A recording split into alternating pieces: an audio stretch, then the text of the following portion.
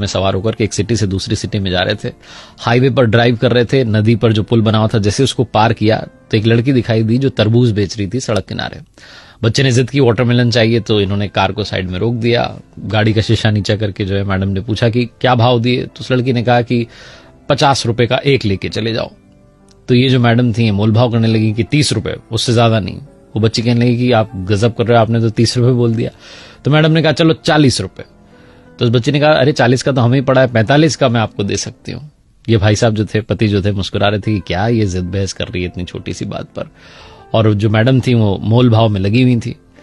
तभी वो जो लड़की थी वो तरबूज लेकर के इनकी जो कार थी उसके पास में आ गई, और जो बच्चा था वो खिड़की से बाहर देख रहा था।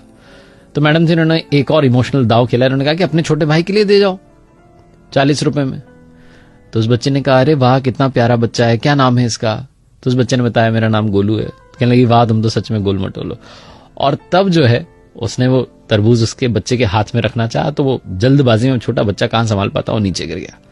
5 किलो करीब का तो तरबूज रहा होगा, उसके 3-4 टुकड़े हो गए। बच्चा रोने लगा कि मेरा तरबूज गिर गया। तो बच्चे ने कहने लगे अरे मेरे भैया नाराज क्यों होता है, मैं दूसरा लेके आती हूँ। फटाफट से दूसरा लेकर के आ गई। अब ये मैडम ताव में इनको लगा कि 2-2 के पैसे लेगी। कहने लगी हम उस टूटे वाले के पैसे नहीं देंगे और इसके भी 40 रुपए देंगे, कितने का है ये। उस बच्ची ने कहा, जो लड़की बेच रही थी तरबूज की, मुझे तो आंटी जी कुछ चाहिए ही नहीं, मैं तो अपने छोटे भैया के लिए लेकर आई हूं, मेरी ओर से तोहफा है इसके लिए। तो कहने लगी नहीं नहीं तुम पैसे तो लो।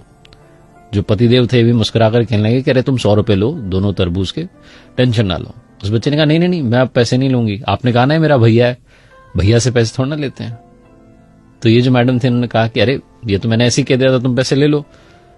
उस छोटी सी लड़की ने जीवन का सार कहा। उसने कहा कि मेरी मां कहती है कि रिश्तों में नफा नुकसान नहीं देखा जाता। पहला वाला टूट गया कोई बात नहीं, दूसरा वाला इसके लिए मेरी ओर से गिफ्ट है, तोहफा है, आप लेके चले जाओ। जब उसने ये बात कही तो इन मैडम ने पूछा कि तुम्हारे परिवार में कौन कौन है, तुम्हारा कोई भाई है। उस लड़की ने कहा मेरा भाई तो, और ये कहकर के रोने लगी कि कुछ समय पहले ही उसकी जो है डेथ हो गई, बीमार हो गया था, हम हॉस्पिटल ले जाते तब तक उसने दम तोड़ दिया, 2 साल का था वो। मुझे तो इसमें अपना भैया नजर आया, आप लेके जाओ तरबूज। ये जो मैडम थी ये जहां से आ रही थी अपने घर से और दूसरे शहर जहां जा रही थी, वहां पर किसी के रिलेटिव के यहां पर जाना था, गिफ्ट देना था, कंगन लेकर के जा रही थी। बिना देरी के इन्होंने अपने पर्स में से वो कंगन निकाले और उस लड़की के हाथ में रख दी कि बेटा ये मेरी तरफ से तुम्हारे लिए। वो लड़की कहने लगी कि अरे तरबूज के बदले ये। तो इन्होंने कहा हाँ बेटा रिश्तों में नफा नुकसान नहीं देखते, तुमने इसको अपना भैया माना, मैं तुम्हारी मां हुई, मेरी ओर से तुम्हारे लिए, अपना ख्याल रखना और सबका ख्याल रखना। ऐसा बोलकर के इन्होंने गाड़ी आगे बढ़ा ली।